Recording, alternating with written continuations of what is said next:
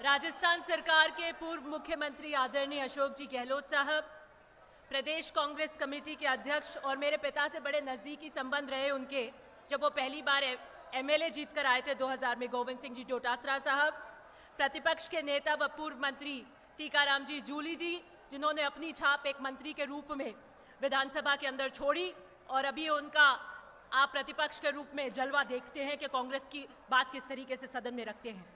लोकसभा के उम्मीदवार जोधपुर से करण सिंह जी उचियाड़ा साहब, आपके यहाँ पे महेंद्र चौधरी जी, पूर्व विधायक कृष्णाराम जी विश्नोई, सुनील परिहार जी, पूर्व विधायक महेंद्र जी विश्नोई, जसवंत जी कछावा, पूर्व मंत्री साले मोहम्मद जी, पूर्व मंत्री राजेंद्र सोलंकी जी, पूर्व विधायक मनीषा पवार जी, पूर्व विधायक हीरालाल जी मेघवाल और सम्मानित मंच, इस सभा में विराजमान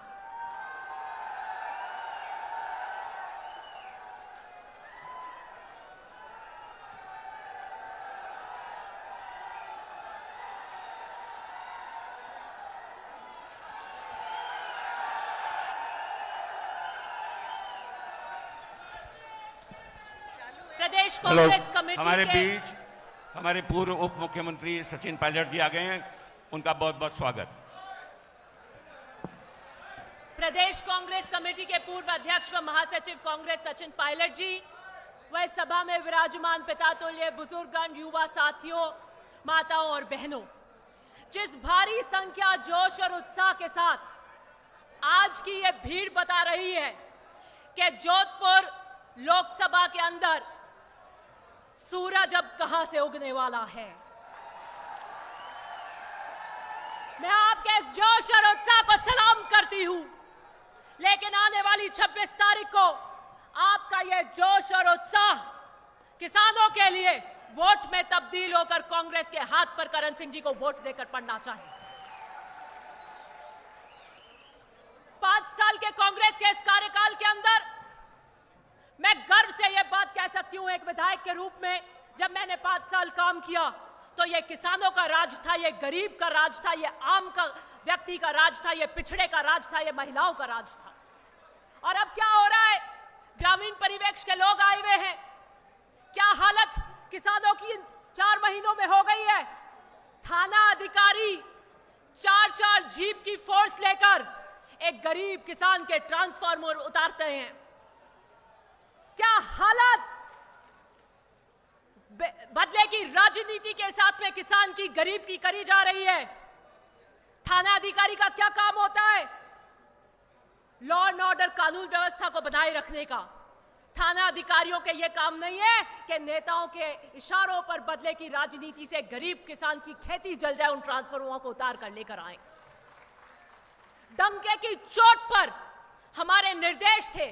विजिलेंस की बात हुई तो मैंने मुख्यमंत्री जी से टाइम लिया और मैंने व्यक्तिगत रूप से उनसे मिलकर कहा कि विजिलेंस 5 साल के राज के अंदर, किसानों के अंदर, घरों में 5 साल कांग्रेस के राज में नहीं होनी चाहिए। और मुख्यमंत्री जी ने हाथों हाथ एमडी को फोन करके कहा कि there will be no vigilance, कोई विजिलेंस नहीं होगी 5 साल। और 5 साल जोधपुर के अंदर कोई प्रकार की विजिलेंस नहीं हुई।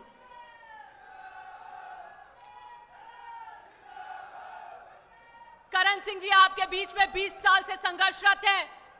मुझे नहीं लगता कि कोई व्यक्ति ऐसा है जो करण सिंह जी का परिचय देने की आवश्यकता है। व्यक्तिगत आपसे बीच में आपके यहां पर चुनाव लड़े हुए हैं, लाहौर के लोग जानते हैं, जोधपुर के लोग जानते हैं, और एक सरल व्यक्तित्व के धनी है।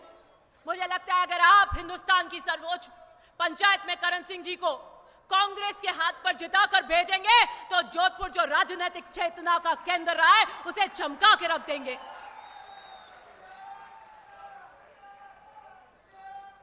आपका वोट तराजू में तोल कर दीजिएगा। आने वाली 26 तारीख को जो चूक आपसे 3 दिसंबर को हो गई, जो चीज की कमी रह गई, उसे ब्याज समेत आने वाली 26 तारीख को वोट में तब्दील कर डंका बजाइएगा। मैं लाहौर के दौरे पर थी, मैं फलौदी पे भी गई थी, लूनी से भी लोग आते रहते हैं। मैं बता रही हूं, सारे सट्टे बाजार फेल हो जाएंगे। जोधपुर की सीट आपकी आने वाली है, मैं आप लिख के ले लीजिए। हर वर्ग के अंदर आक्रोश है, हर वर्ग कांग्रेस को वोट देना चाहता है। और गांवों में मैं जटे भी जावा के शाम मैं तो हमें धमीड़ा खावा कहीं करा चोट उगी जकी उगी, बट हमें कांग्रेस ने 26 तारीख ने वोट देन जिताम।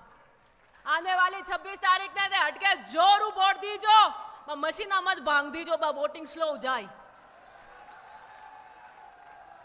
यही आपसे उम्मीद करती हूं कि कांग्रेस के लिए, जोधपुर की साख रखने के लिए, आप अपने हितों के लिए, गरीब के लिए आने वाली 26 तारीख को वोट करेंगे। बहुत बहुत धन्यवाद।